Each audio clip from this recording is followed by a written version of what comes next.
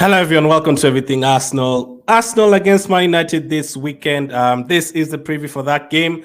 Obviously, this week has been a very busy week. People have been looking forward to the Champions League draw, to the transfer deadline day, which is today. So we'll get through this preview very, very quickly. And also at the end, I'll be giving you my Premier League predictions for the rest of the week, the rest of the games, the other 9 games for this week. Some interesting games to look forward to. Last week, in terms of predictions, I think it was a mix, but I will look at that next week because this week is very busy. But let's take a look at Arsenal against Man United. Now, our record against Man United at home, very, very good. Like every time we play Man United at home, I'm like, yes, we are definitely going to win this game. But every time we play them away, I'm like, we never really tend to win at Old Trafford. Like I think since 2006, I think we've won at Old Trafford in the league twice, like 2006 and also 2020. That's the only time we've won in the league at Old Trafford. We also beat them in the FA Cup around 2015. But also for them, the last time they beat us at the Emirates Stadium was in 2017. And that day, De Gea made a lot of saves, like more than 10 saves in that game. Like we should definitely have won that game. I still remember that game very, very well. Apart from that, we always beat them at our place. And the likes of Jacques always score. The likes of Saka always score. So you have a very good home record against Man United. Even in Premier League history at the Emirates Stadium, I think I can only remember like maybe 2 or 3 wins from Man United to the Emirates. It's not too many. It's around 2007-8, the first game at the Emirates, we definitely beat them. I remember Thierry Henry and Van Persie scoring. I think the next season, William Gallas scored in the last minute to drew. Probably the next season, we might have beaten them or something or drew again. Like we usually have a good record against Man United. And from this season, from what you've seen this season, I predicted Man United finishing the top 4. I predicted Arsenal to win the title as well. So I'm expecting both teams to do well this season. Both teams have not yet got all their transfer business done. Like Arsenal, we are hoping to get a couple of more players in the team. And Man United obviously are hoping to get the likes of Amrabat to the team. But whoever gets signed, I don't think they'll be available to play on Sunday. So it's all about what we have right now. Arsenal picked up serious injuries to the likes of Julian Timber. No, not serious injuries. A serious injury to Julian Timber, and obviously the likes of Tierney have left. So we are a bit short defensively. We only have like 5-6 defenders available. Like if one of them gets injured, all of a sudden, like we don't have enough players. So hopefully it gets that sorted out on transfer deadline day. And for Man United as well, Luke Shaw is injured. Damn. Advantage Man United. Like he always gets torn apart by Saka. Also, Varane is injured. Man, another one as well. Like Nketiah ripped them apart last season. But yeah, Shaw is injured. Varane is injured as well. So they will be missing a couple of defenders. They've bought Reguilon. I don't think he'll start. I think they'll go with Dalot at left back and Wan-Bissaka at right back and probably Lindelof. Come on, start Maguire. That's a legend for you guys. Start Maguire at centre back. So there will be changes for them. Obviously, one player to watch out from Man United is Rashford. He always does bad things or good things for them against us. Always finds a way to score against us home and away. His first ever game in the Premier League, he scored twice against us. He was like 14 years of age. So we don't want that to be happening again. But the thing is, I genuinely think we are definitely going to concede. One, Man United against Arsenal is usually 2-1, 3-2, 2-2, 1-1 every single season. And number 2, we concede a lot of goals at home. Since last season, we can't keep a clean sheet. We usually win 4-1, 3-2, 3-1, 2-1. Like we always concede the Emirates Stadium. And Man United as well, they usually concede. Like even last week, they conceded 2 to Nottingham. So I think both teams will get on the score sheet, but I'm hoping we take the lead. Last time, they scored fast at the Emirates, but you came back. But I think it's better to score fast and put the pressure on them, and then they'll need to attack, and then you go and get the second and third, just like we did. I think it was 2016 or 17 that when Sanchez scored and Walcott scored, and then I also remember a couple of seasons ago Nuno Tavares scored very early. That is the kind of start you need against Man United. Last week we drew against Fulham, so it's 7 points. If you beat Man United, it's 10 points. You probably will be maybe third on the table, depending on how the other results go. I expect Man City to win. I expect probably West Ham to beat Luton as well. So you will be third or fourth. Not the end of the world. You're just 2 points behind Man City, and you're still there. And then after the international break, you're going to play the likes of Everton. Not the end of the world. But if you draw with Man United, I mean, if you had beaten Fulham and then drew with Man United, maybe it wouldn't be the end of the world. But the fact that we always beat them at home, I want us to beat them again. Come on, we have to beat them again because they also haven't been great at all.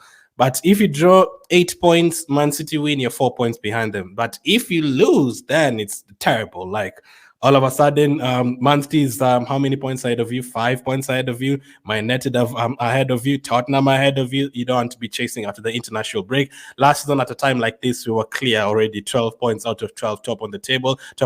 So hoping we can get at least 10 points now. So we have to beat Man United. Let's hope we can. So which squad is going to be beating Man United this time round? Very interesting. So let me go with my starting lineup. In goal, I am going to go with Aaron Ramsdale.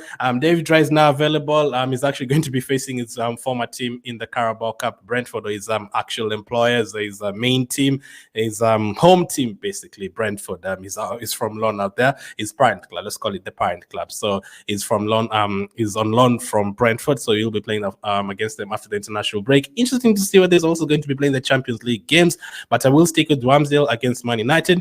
I will go for a back four, and no, Thomas Partey is not going to be at right back. I am going to go to the usual: Zinchenko at left back, Ben White at right back, Gabriel and Saliba at centre back. Let's go to the usual. That worked for us a lot last season. Zinchenko going forward was great.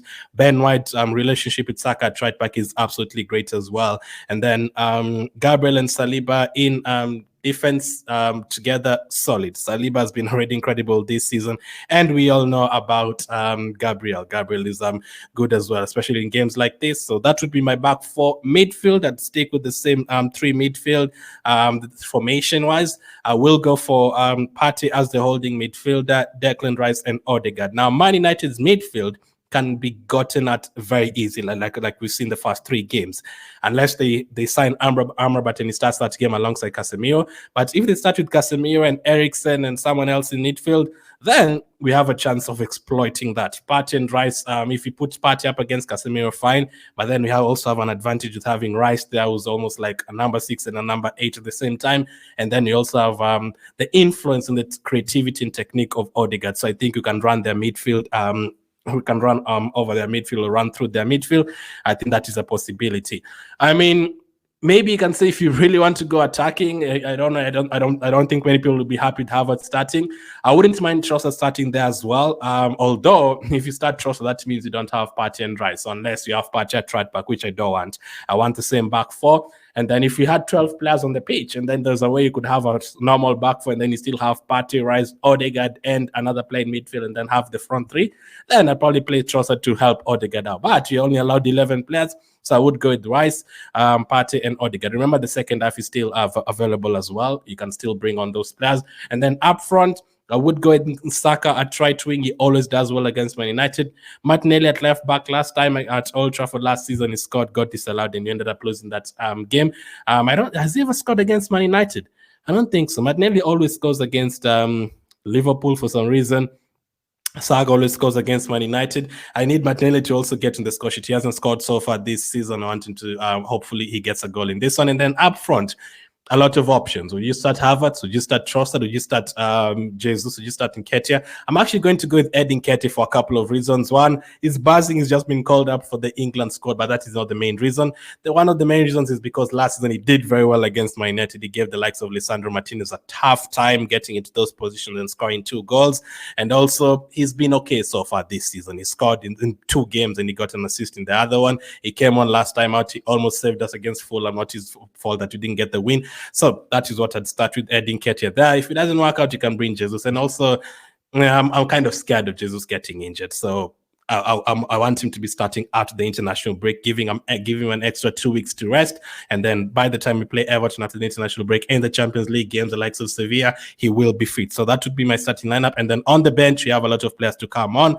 I didn't get space for Nelson on the bench, but if we need defensive cover, Kivio could come in, Tomiyasu could come in. If we need midfield reinforcements, you can have Jorginho there as well. There's Havertz, there's Trossard. In terms of forward line, Jesus as well is on the bench. And depending on anyone else he has on the bench, I think the ones who are probably going to be used from that is maybe Tomiyasu, maybe Havertz, maybe Trossard, but Jesus as well. But let's wait and see. Jesus could start, he might not start. Nketiah could start, he might not start. Let's wait and see. But that is the preview for Arsenal Man United. My preview coming in the Premier League predictions, which we are getting done right now. Luton against West Ham is the first one on Friday. Interesting game. Everyone is looking forward to this. Okay, no, maybe not everyone, but Luton's first home game of the season. I want to see how they do. West Ham have been so far so good this season. They've put 3 past Chelsea. with 10 men. They also put 3 past Brighton away from home. Not an easy game. So I think they're going to score another 3 goals in this one. Luton are not being convincing. They almost drew with the League 1 or League 2 team the other day in the Carabao Cup, Gillingham or something. So I'm going to go for 3-1 to West Ham.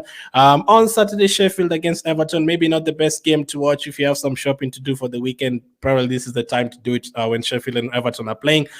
Big game. Everton haven't scored a goal this season. Sheffield almost got something away from the Man City game last week, surprisingly. But I am going to go for a 1-1 draw here. I don't think any team is going to win. Both of these teams could be battling relegation by next year. They're already are right now. Chelsea, Nottingham Forest. Chelsea, they beat Luton. After the West Ham game, they were lucky that they had Luton and Wimbledon, so they've picked up a couple of wins. Like if they were playing like Brighton away, Man City, they would have been in a bit of trouble. Nottingham Forest did very well against they only lost by 1 goal against Man United and only lost by 1 goal against Arsenal. And I think they're going to lose here again, but it's only going to be by 1 goal. I'm going to go for Chelsea 2, Nottingham Forest 1. Man City against Fulham. Man City are the only team with 100% record, and I think they're going to keep that on going. Unfortunately, they're going to beat Fulham 3-0. Last season, Man City needed a last-minute penalty in this fixture to win, but this time round, 3-0 to Fulham. I think last season they won 2-1 in both fixtures, but things have changed. Mitrovic is no longer there. Palhinha might not be there, but 3-0 to Man City. Burnley, Tottenham. Burnley as well so far haven't picked up a point in the Premier League, lost convincingly against Aston Villa and also against Man City. But I think this one they'll get a goal, but I think Tottenham will win. I think they started well this season. They went out to the Carabao Cup. I think in the league, if they start the likes of Maddison and all those guys, they'll win 2-1. Next up, Brentford, Bournemouth.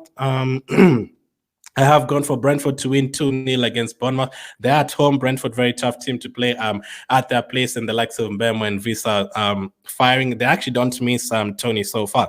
2-0 to Brentford. The big one on Saturday, Brighton against Newcastle. Brighton surprisingly lost easily against West Ham last week. Newcastle as well, back-to-back defeats. They should really have beaten Liverpool last week. They had 10 men. They had a man advantage for like more than half the game, like 70-80 minutes. So they have to bounce back. I think they'll get a point. I think Brighton, both of them will bounce back from the defeats and get a point. So Brighton 2, Newcastle 2.